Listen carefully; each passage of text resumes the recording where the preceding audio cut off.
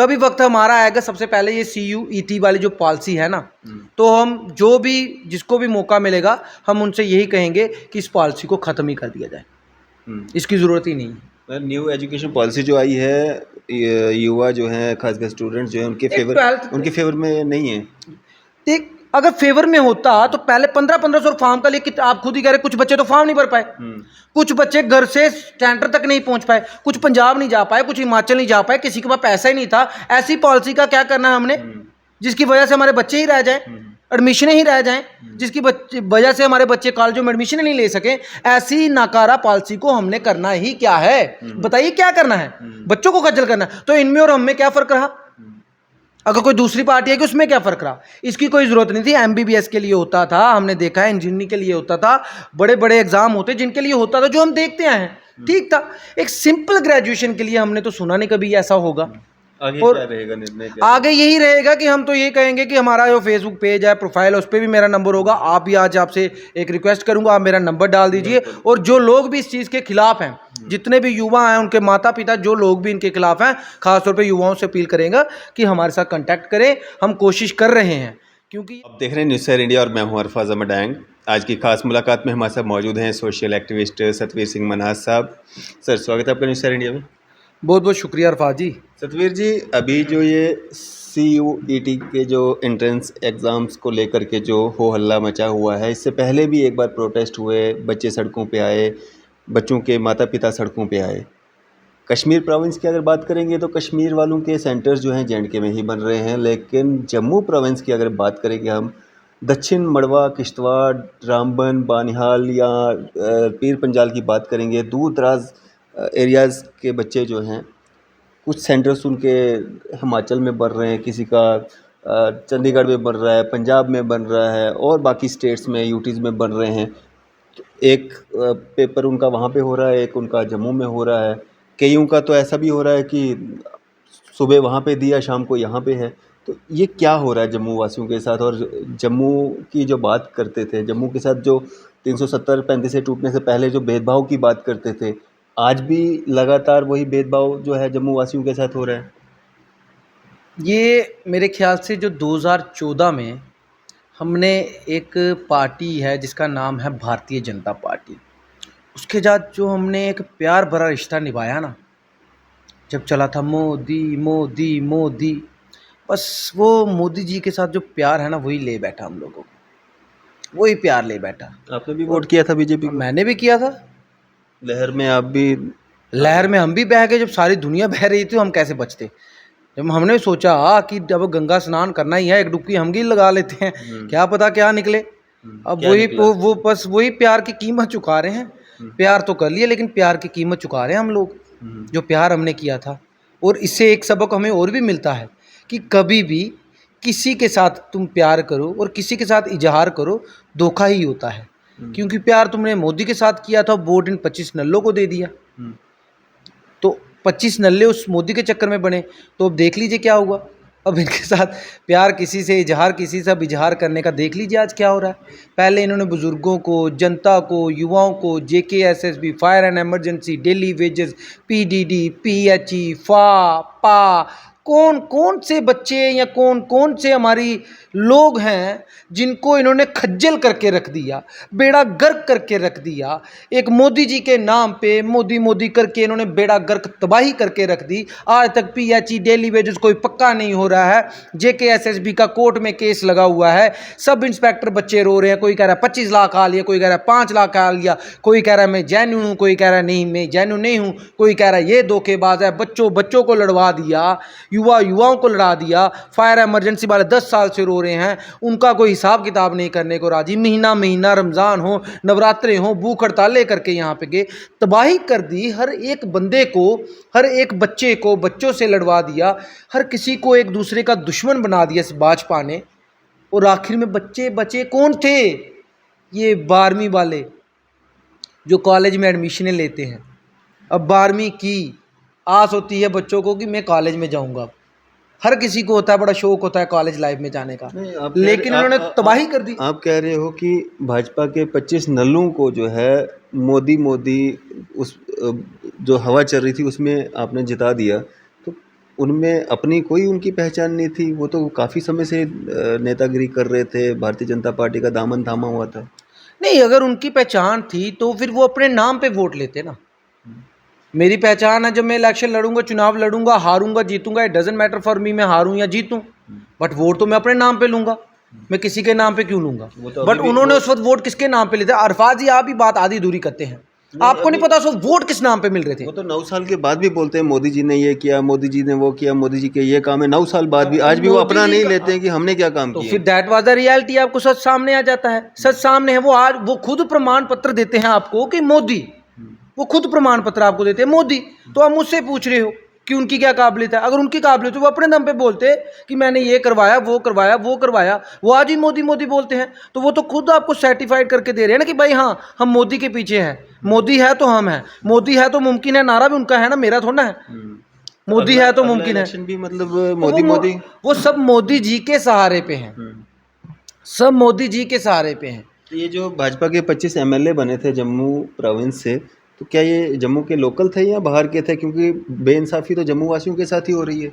देखिए, जो ज़मीर ही मार चुका हो अपना, जिसने अपने ज़मीर को ख़त्म ही कर दिया हो, जिसको काम है कि मैंने अपने ज़मीर को मार के सिर्फ चाटुकारिता करनी है, मैंने सिर्फ एक ही नाम जपना है, मोदी मोदी मोदी। मुझको बताया गया है, मुझे यही करना है। अगर इसके आर पार में होता हूँ तो मेरे खिलाफ भी एक्शन हो सकता है, पार्टी से बाहर हो सकता हूँ। अब पार्टी में रह के घी की नालियाँ बह रही हैं, तो उनको घी पीने से मतलब है। मोदी का नाम लो, घी पीते जाओ, मोदी का नाम लो, घी पीते जाओ, जीतते जाओ। उन्होंने ये ट्रेंड बना के रखा हुआ है। लेकिन अब उस ट्रेंड को तोड़ने के लिए जम्मू कश्मीर का युवा, जम्मू कश्मीर का डेली वेजर, जम्मू कश्मीर का बुजुर्ग, जम्मू कश्मीर की माएँ बहनें सब तैयार हो चुकी हैं। क्योंकि ये 12th के साथ जो इन्होंने ड्रामा किया ना, ये इनकी ताबूत में आखिरी कील लगना था, वो ताबूत में आखिरी कील लग गया, अच्छा। लग चुका है। आज जो बच्चे जा रहे हैं 10:30 बजे, जिस बच्चे का एग्जाम जम्मू में है और 12 बजे जलंधर में है, उस बच्चे के साथ कितना बड़ा खिलवाड़ हुआ, पूरी दुनिया ने देखा, पूरे जम्मू कश्मीर ने देखा। सभी नेताओं को पता है, सभी लोगों को पता है, सभी जो उनके माता पिता हैं उनको पता है कि उनके बच्चों के साथ आज क्या हो रहा है। कुछ तो फार्म नहीं भर सके पैसे की किल्लत से, कुछ तो पंजाब नहीं जा सकते पैसे की किल्लत से। वो जो बच्चे घरों में ही रह गए, तो आपको क्या लग रहा है वो इनको वोट देंगे? आपको भी लग रहा है वो इनको वोट देंगे? लेकिन जम्मू से उस तरह की कोई आवाज़ें नहीं निकल रही हैं, उस तरह की कोई तस्वीरें दिख नहीं रही हैं, वीडियोस दिख नहीं रही हैं, लोग सड़कों पे नहीं आ रहे हैं, कोई प्रोटेस्ट नहीं कर रहे हैं। इंटरव्यूज़ तो अभी कल से ही शुरू हुए हैं, उससे पहले कोई बात भी नहीं हो रही थी। 5वां फेज़ चल रहा है, अब लास्ट जो रह गए हैं बच्चे 12th के, अब वो मतलब 5वें फेज़ में देंगे, तो अब क्या बदलाव हो सकता है? जम्मू वासियों ने जितनी तकलीफ़ें या स्टूडेंट्स ने जितनी देखनी थी वो तो देख ली। देखिए, जब जागे तभी सवेरा। हमने कल किया, कल मुझे शायद उन्होंने, जर्नलिस्ट ने यही सवाल पूछा कि आप कहाँ पे थे। मैंने कहा था चलो ठीक है, मजबूरी हर इंसान को होती है, तो मेरा कोई प्रॉब्लम थी अगर मुझे, मैं नहीं बोल चुका। बाकी जम्मू के अपोजिशन के लीडर कहाँ मर गए थे? बड़े बड़े लीडर हैं, बड़े बड़े कद्दावर नेता हैं, वो कहाँ मर गए? आज तो बहुत नेता बोल रहे हैं। आज तो बहुत नेता बोले। वो कल का मैंने शुरू किया, उसके बाद चलो मैंने लगा चलो शुरुआत हुई। आज मैंने 4-5 इंटरव्यू देखो, मुझे बड़ी खुशी हुई। मैं ही क्यों, आप भी बोल सकते हो, मैं ही क्यों? एक सतवीर सिंह ही बचा है, बड़े लोग हैं, बड़े लीडर हैं, बड़े बड़े लीडर हैं, कद्दावर लीडर है, वो क्यों नहीं? लेकिन शुरुआत तो हुई ना, कल से हमने की। और मैं आपके माध्यम से ये कहना चाहता हूँ, आपके चैनल के माध्यम से, कि हम एक धरने की तैयारी कर रहे हैं। कुछ बच्चों के साथ हमारा कंटैक्ट हुआ है जो 12th पास है, उनकी फैमिली मेम्बर के साथ भी हमारा कंटैक्ट हो रहा है। जो लोग भी इस सेंटेंस के खिलाफ हैं, कृपया करके आप जब भी ये करेंगे तो मेरा फ़ोन नंबर ज़रूर दे दीजिएगा। मेरा फेसबुक पेज है, उससे भी नंबर मिल जाएगा, मेरा फेसबुक प्रोफाइल है, उससे भी मेरा नंबर मिल जाएगा। जो लोग भी इस फैसले के खिलाफ हैं, कृपया करके कांटेक्ट करिए। हम कोशिश कर रहे हैं, पहले कुछ जितने भी बच्चे हैं जिनके साथ हमारी बात होती है, हम पूरी टीम बनाएंगे, उसके बाद हम धरना प्रदर्शन शुरू करेंगे। हमने पहले भी किया हुआ है, कोई सवाल नहीं उठा सकता हम पे कि हमने पहले धरना प्रदर्शन नहीं किए हुए। इस बात में कोई भी बोल सके कि सतवीर सिंह ने पहले कोई धरने प्रदर्शन में पहले भी किए हैं और अब हम फिर से शुरुआत करेंगे। हमारा काम था जगाना। आपने कहा कल से जब शुरुआत हुई है, आज कितने इंटरव्यू हो गए और आगे भी बहुत इंटरव्यू होंगे। मैं कांग्रेस के नेता होंगे, जो अपोजिशन के लीडर हैं, मैं उनसे कहना चाहता हूं, धड़ल्ले से इंटरव्यू दीजिए, ताड़ फाड़ से इंटरव्यू दीजिए और हम सबको एक होकर इसके खिलाफ धरना प्रदर्शन करना पड़ेगा। अब तो ये हमारे एजुकेशन लेवल को भी खत्म करना चाहते हैं, क्योंकि कुछ तो फीस नहीं भर पाए, वो रह गए, कुछ जलंधर पंजाब नहीं जा पाए पैसे की वजह से, वो भी रह गए, और जो कुछ पहुंचे उसमें से किसको फेल कर दिया जाएगा, जब रह जाएंगे वो भी रह गए। आ जाकर बचे कितने? थोड़े से। जब थोड़े से बचे तो वही बच्चे जाके कॉलेजों में एडमिशनें मिलेंगी। लेकिन जो रह गए उनके साथ क्या? जो बच्चे रह गए गरीब पैसे की वजह से रह गए, नहीं पहुंच पाए उस वजह से रह गए, एग्जाम टाइम पे नहीं दे पाए उस वजह से रह गए, जैसे वो लड़की रो रही थी वो रह गई, ये जो बच्चे रह गए इनके बारे में क्या सोचा है सरकार ने? और मैं सरकार से ये पूछना चाहता हूं 12th के बाद जरूरत क्या पड़ गई आपको इस एंट्रेंस की? क्योंकि आपने जम्मू कश्मीर के सभी बच्चों को कॉलेजों में नहीं पहुंचने देना था, क्योंकि जो पढ़ेंगे बढ़ेंगे, जब आगे बढ़ेंगे जितने लोग पढ़ लिख जाएंगे उतने रोजगार देना पड़ेगा, रोजगार तो आपके पास है नहीं, आपने एक नया तरीका ढूंढ लिया। बहुत बड़ा इल्ज़ाम लगा रहे हो आप सरकार पे। तो रोजगार है क्या? इल्जाम क्या लगा रहा हूं मैं? विपक्ष में बैठा हूं, मेरा काम है पूछना अगर रोजगार है बताइए कौन सा रोजगार? अगर रोजगार है, सड़कों पे जब हम यहाँ सड़कों पे ही इतना लड़े, इतना फायर इमरजेंसी वाले है, JKSSB वाले है, हजारों बच्चे क्या पागल थे, क्या मूर्ख थे? वो बच्चे तो स्टैंप है स्टैंप।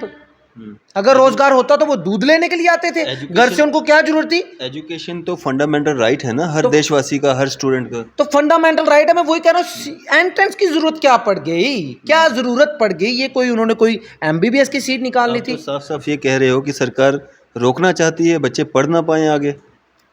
मैंने ये कहा कि मैं क्या ठीक है रोकना नहीं चाहती है, तो फिर ये पॉलिसी लाने की जरूरत क्या थी? जैसे चल रहा था गांव गांव में कॉलेज खुले, कितनी डेवलपमेंट हुई है? क्या आपके जहाँ रामबन में आप रहते हो, पोगल, परिस्तान, किश्तवाड़, दरहाल, वो अपने जो नाम ले रहे थे, पुंछ, रजौरी, मोर, अरनास, बनी, बसोली, सुकराला, उधमपुर, पंचैरी, लांदर, कितनी ये जगह है। क्या आपको क्या लगता है इन डिस्ट्रिक्टों में कॉलेज नहीं थे?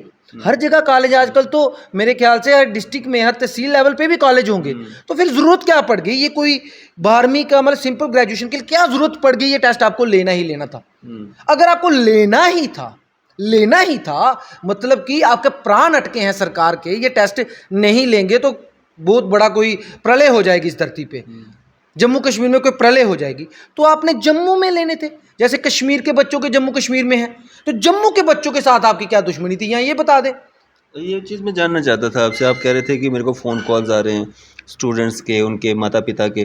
कश्मीर से भी कोई फ़ोन कॉल आया इस तरह का कि हमारे सेंटर्स बाहर बन रहे हैं? देखिए मेरी बात सुनिए, मेरे आमने सामने बात हुई है। फ़ोन कॉल पे तो जो हमारे दोस्त यार हैं, जो स्टूडेंट्स हैं काफ़ी, एक दो, उनसे बात हुई मेरी। लेकिन ये जो आपने बात कही कश्मीर से फ़ोन कॉल क्यों आता? उनके तो मैक्सिमम सेंटर ही वहीं पे बने हैं, तो उन्होंने फ़ोन क्या करना? जम्मू वालों के साथ क्या दुश्मनी है? मैं वही तो हैरान किया है। मेरे को गुस्सा नहीं आएगा, मैं जम्मू का बाशिंदा हूँ, क्या मेरे को गुस्सा नहीं आएगा?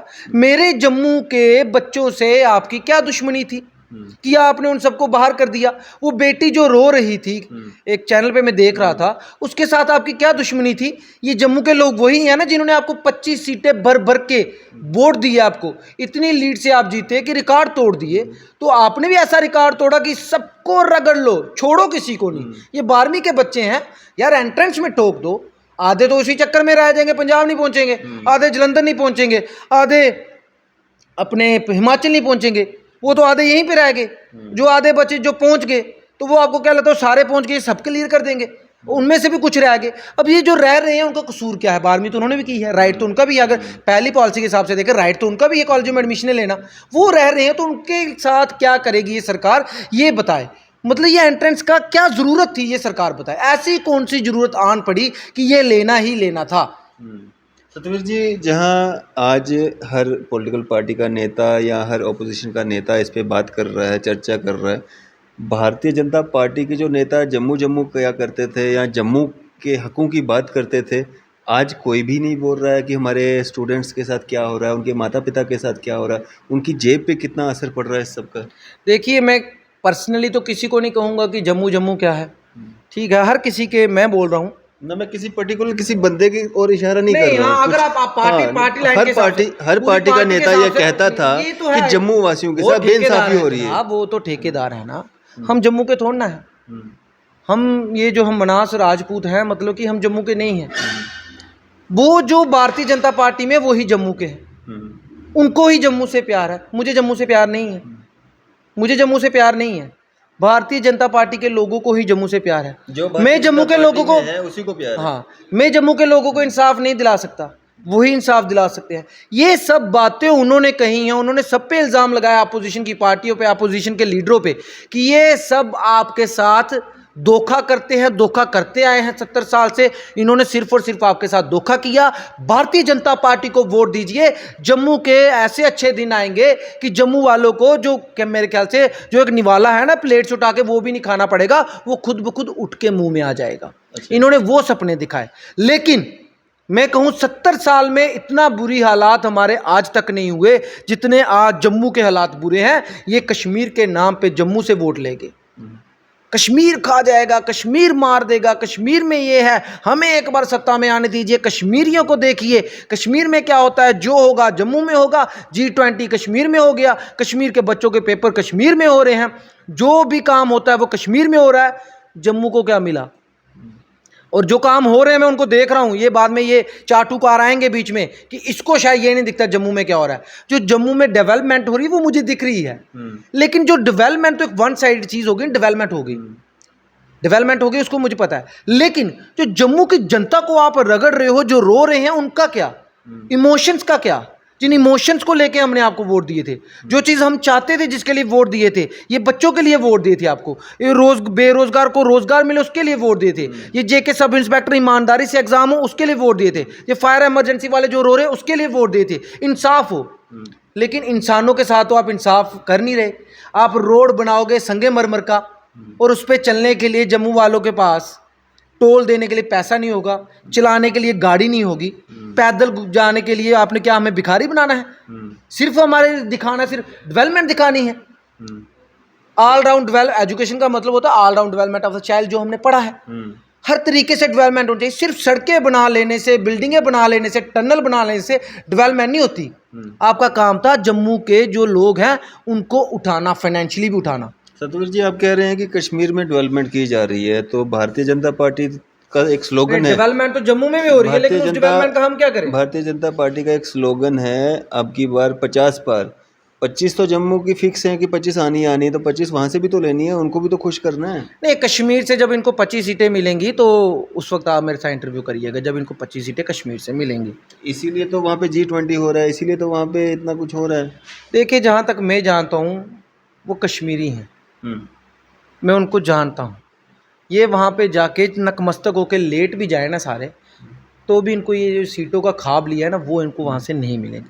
हाँ, ज़बरदस्ती, दादागिरी से, EVM से, किसी और तरीके से अगर ये लेने पे आ गए तो वो बात अलग है। अगर ये तानाशाही से, गुंडाराज से अगर लेने पे आ गए, वो ये ले सकते हैं, उसमें मैं कुछ नहीं कह सकता। क्योंकि जम्मू की तो 25 पक्की हैं। मैं वही चीज़ कह रहा हूँ, अगर ईमानदारी से चुनाव होते हैं, जो ईमानदारी अभी मिल नहीं रही जम्मू कश्मीर में, अगर ईमानदारी होती, युवा सड़कों पे नहीं होते, डेली वेजर धरनों पे नहीं होते, लोग धरनों पे नहीं बैठते, फायर इमरजेंसी वाले धरनों पे नहीं होते। आज ये बच्चियाँ जो रो रही हैं, 12th पास करने के बावजूद भी जो बच्चे रो रहे हैं, ये रो रहे नहीं होते अगर इंसाफ पे बात चल रही थी, ईमानदारी पे बात चल रही थी। ना ईमानदारी है ना कुछ है। अगर फिर भी भगवान की कृपा से ईमानदारी से सब कुछ होगा, बिल्कुल नीट एंड क्लीन तरीके से सब कुछ होगा, तो मेरे ख्याल से 25 सीटें इनको जम्मू से भी नहीं मिलेंगी, ये भी गारंटी है। अगर ईमानदारी से सब कुछ होगा, 25 सीटें इनको जम्मू से भी नहीं मिलेंगी। नहीं, मैं कोई भगवान नहीं हूँ, मैं कह नहीं सकता, लेकिन मैं कह रहा हूँ 25 सीटें इनको जम्मू से भी नहीं मिलेंगी, अगर बिल्कुल नीट एंड क्लीन तरीके से ईमानदारी से सब कुछ होगा तो।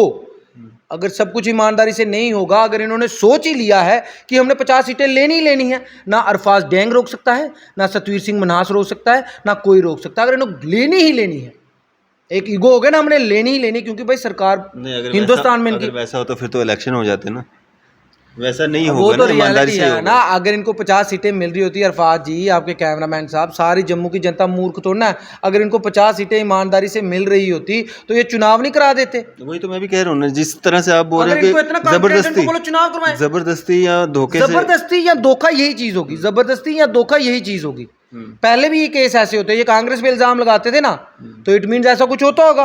अब इनके ऊपर इल्जाम लग रहे हैं तो सब बात तो सच है, क्योंकि पहले ये भी गाने गाते थे कि 90s का, या जो पहले चुनाव होते थे इंदिरा गांधी ने ऐसे जीत लिया, हम सुनते हैं ना बातें, भाजपा के लोग ही लगाते थे।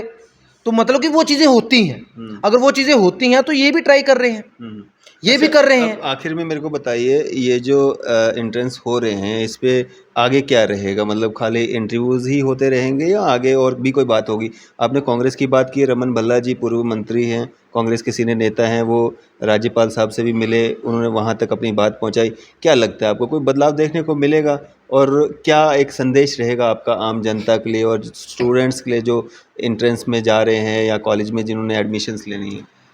मैं सभी बच्चों से ये कहना चाहता हूँ, देखिए वक्त वक्त की बात है, आज वक्त उनका है, लेकिन कभी अगर वक्त का जो पहिया बदलता है, घूमता है, कभी वक्त हमारा आएगा। सबसे पहले ये CUET वाली जो पॉलिसी है ना, तो हम जो भी जिसको भी मौका मिलेगा हम उनसे यही कहेंगे कि इस पॉलिसी को ख़त्म ही कर दिया जाए, इसकी ज़रूरत ही नहीं है। न्यू एजुकेशन पॉलिसी जो आई है, युवा जो हैं खासकर स्टूडेंट्स जो हैं उनके फेवर में नहीं है।